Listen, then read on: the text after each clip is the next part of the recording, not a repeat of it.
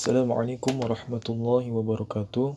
Pada video ini, untuk memenuhi tugas ujian akhir semester mata kuliah Antropologi Agama, kami dari kelompok 13 akan kembali menjelaskan makalah kami yang berjudul Agama sebagai Simbol menurut Clifford Geertz. Pada makalah kami membagi pembahasan menjadi 3 bagian. Yang pertama, biografi Clifford Geertz. Yang kedua, pengertian agama dan simbol. Dan yang ketiga, pandangan Clifford Geertz mengenai agama sebagai simbol. Sebelumnya, saya akan mengenalkan anggota kelompok dari kelompok 13. Anggota pertama yaitu Najis Satai. Dan yang kedua, Rizky Nuriksan Syahrul Ramadan. Langsung saja kita masuk ke pembahasan yang pertama, yakni biografi Clifford Geertz. Clifford James Geertz atau yang sering dipanggil Clifford Geertz lahir di San Francisco pada tanggal 23 Agustus 1926. Di masa kecilnya yang lebih tepatnya pada umurnya 3 tahun, ia diasuh oleh sebuah keluarga angkat di California yang mengadopsinya sebab kedua orang tuanya bercerai. Bersama keluarga angkat ini, Clifford Geertz tumbuh dan berkembang hingga ia remaja pada umurnya 17 tahun. Geertz secara sukarela dia mendaftar militer. Sempat di militer di Amerika Serikat selama 2 tahun dari tahun 1943 sampai 1945. Mengenai pendidikannya, Clifford Geertz pernah bersekolah di Universitas Antioquia dan mendapat gelar BA pada tahun 1950. Kemudian ia melanjutkan studi antropologinya di Universitas Howard pada tahun 1956 hingga ia memperoleh gelar PhD. Pada waktu studinya ini ia mulai sering melakukan riset lapangan di berbagai tempat, di antaranya di Amerika Serikat, Inggris, dan Tanah Jawa.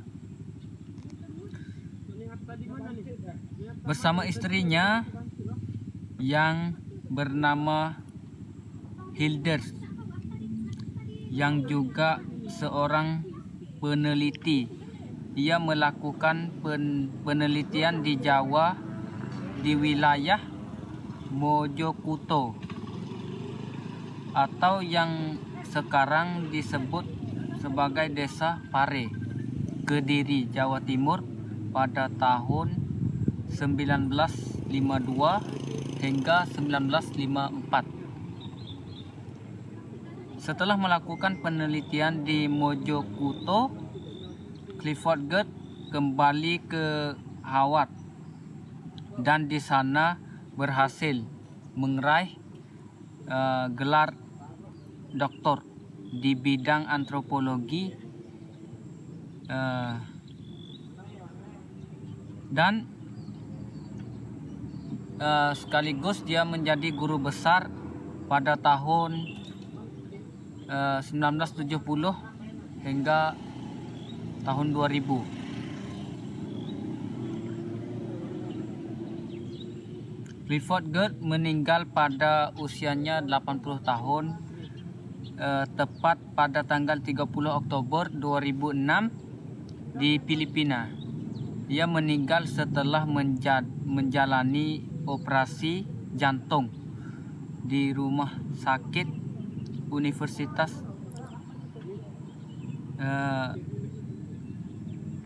Vietnam. Selanjutnya kita akan masuk ke pembahasan kedua, yaitu pengertian agama dan simbol. Pada pembahasan ini akan dijelaskan apa itu simbol dan apa itu agama. Pertama, kita akan menjelaskan agama. Secara etimologi, agama berasal dari bahasa Sanskerta yang terdiri dari dua kata, yaitu a dan gam. A ini berarti tidak dan gam berarti kacau atau pergi. Jadi agama diartikan secara bahasa yaitu tidak kacau atau tidak pergi. Kemudian secara terminologi, agama diartikan sebagai jalan hidup yang mengatur kehidupan manusia yang dianggap sebagai kekuatan mutlak dan suci yang harus ditaati dan dipatuhi untuk mewujudkan kehidupan yang aman, tentram, dan sejahtera. Kemudian, pengertian simbol. Secara bahasa, simbol berasal dari bahasa Yunani, yaitu simbolos. Apa artinya simbolos? Simbolos itu merupakan tanda atau ciri yang memberikan sesuatu hal atau pesan kepada seseorang. Kemudian secara terminologi, simbol adalah sesuatu hal yang merupakan media pemahaman terhadap suatu objek berdasarkan persetujuan dalam masyarakat. Jadi simbol itu harus merupakan persetujuan dari masyarakat yang ketika masyarakat itu melihat simbol ini, dia paham bahwa ini simbol yang menuju kepada maksud tertentu. Contoh simbol yaitu rambu lalu lintas, bahasa, kode-kode, dan lain sebagainya. Simbol muncul dalam konteks yang beragam dan digunakan untuk berbagai tujuan. Agama sebagai unsur penting dalam kehidupan manusia yang mengatur dan mengarahkan perbuatan manusia itu syarat akan berbagai simbol-simbol. Nah, simbol-simbol ini yang menampilkan ciri khas suatu agama. Simbol-simbol ini pula yang menjadi perantara pemikiran manusia dengan kenyataan yang ada di luarnya. Sebagai perantara, simbol-simbol ini diperlakukan sebagai model dari dan model untuk. Apa maksudnya model dari dan model untuk? Model dari ini maksudnya, simbol itu berisi nilai yang menyeliputi perasaan-perasaan emosi, keingintahuan, dan penilaian terhadap manusia. Sehingga manusia itu merasa adanya kenyamanan, adanya kenyataan. Kemudian, berdasarkan pengetahuan dan keyakinan tersebut, maka agama lantas menjadi model untuk, model untuk manusia mengekspresikan nilai-nilai keagamaannya. Selanjutnya kita akan mendengar penjelasan pembahasan yang ketiga, yaitu pandangan Clifford Geertz mengenai agama sebagai simbol. Bagaimana pandangan Clifford Geertz? Yang pertama, Clifford Geertz ini merupakan salah satu tokoh pertama yang memandang agama sebagai suatu sistem budaya yang menampilkan simbol-simbol. Yang kedua, Clifford Geertz ini memandang bahwa suatu sistem simbol keagamaan itu dapat membangun suasana hati dan motivasi yang kuat dalam diri seseorang. Nah, motivasi yang kuat ini itu tidak mudah hilang dan sangat mudah menyebar. Jadi sangat tertancap kuat dalam diri manusia. Kemudian yang ketiga, menurutnya suatu sistem simbol sebagaimana yang sudah kita tampilkan di layar itu dapat melekatkan konsepsi kehidupan.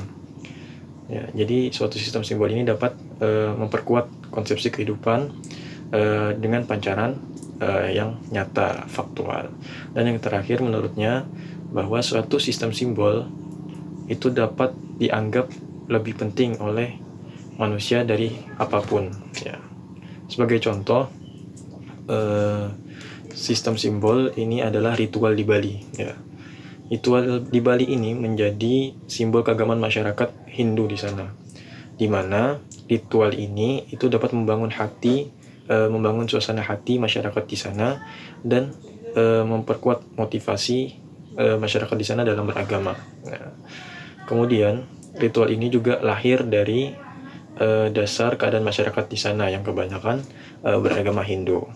Kemudian ritual ini juga menjadi ciri khas suatu realitas yang unik, yang tidak dapat dijadikan suatu konsep atau simbol yang mewakili secara umum bagi semua agama. Jadi ritual ini menjadi ciri khas bahwa ritual ini menampilkan kebudayaan Bali dan ajaran agama Hindu. Nah, ini salah satu contoh dari sistem simbol keagamaan.